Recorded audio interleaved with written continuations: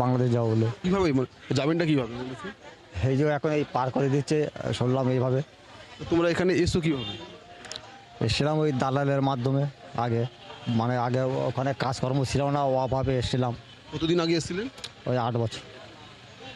মানে এসেছিলেন কীভাবে, মানে টাকা দিয়ে? হ্যাঁ, দালাল ধরে। কোন জায়গা থেকে এসেছিলেন? ধামাখালি। সন্দেশখালী ধামাখালি দিয়ে? হ্যাঁ হ্যাঁ, কীভাবে মানে এসেছিলেন? নদী পথে। মানে এসে আপনারা প্রথমে এসে কোথায় ছিলেন? সল্টলেক সেক্টর 5।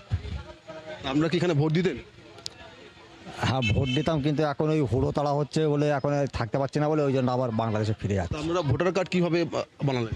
ডকুমেন্টস দিয়েছিল আমাদের পাড়ায়, সব ডকুমেন্টস সব দিয়ে গেছিলো, দিয়ে ওই ডকুমেন্টস ফিল আপ করে জমা দিয়েছিলাম। দিয়ে ওই আমাদের ওখানে একটা স্কুল আছে বাচ্চাদের, ওখানে ওই আপনার ওই চার্টে নাম এসেছিলো ছবি সমেত। দিয়ে ওই চার্ট ডেকে ভোটার কার্ডটা ওই কোন দলের লোকেরা গিয়েছিল আমাদের কাছে? আমাদের টিএমসির হ্যাঁ, দলে। কিন্তু দলের লোকেরা গিয়ে কী করলো? ওই ওরা ওই আপনার ওই কাগজ ফাগজ দিল, দিয়ে ওই ফর্ম দিল, দিয়ে ওই ফর্ম সই করে ওই জমা দিলাম। তারপরে ওই স্কুল ফর্ম ফিল আপ করে জমা দিলাম, দিয়ে ভোটার কার্ড আসলো স্কুল তখন। আর তোমরা কি ভোট দিতে? হ্যাঁ তোমরা কি ভোট দিতে? হ্যাঁ, ভোট দিয়েছি আমি। কিসে ভোট দিতে? আমি টিএমসি। ভোট দিতে? হ্যাঁ, তা তুমি কি কাজ করতেন? কাজ আপনার রাজমিস্ত্রি। কোন জায়গার ভোটার ছিলেন আপনারা? ওই সেক্টর 5, সল্টলেক সেক্টর 5। আচ্ছা, তো এতদিন ধরে তাহলে আপনারা এখানে মানে বাস করতেন, কেউ কিছু বলতো না?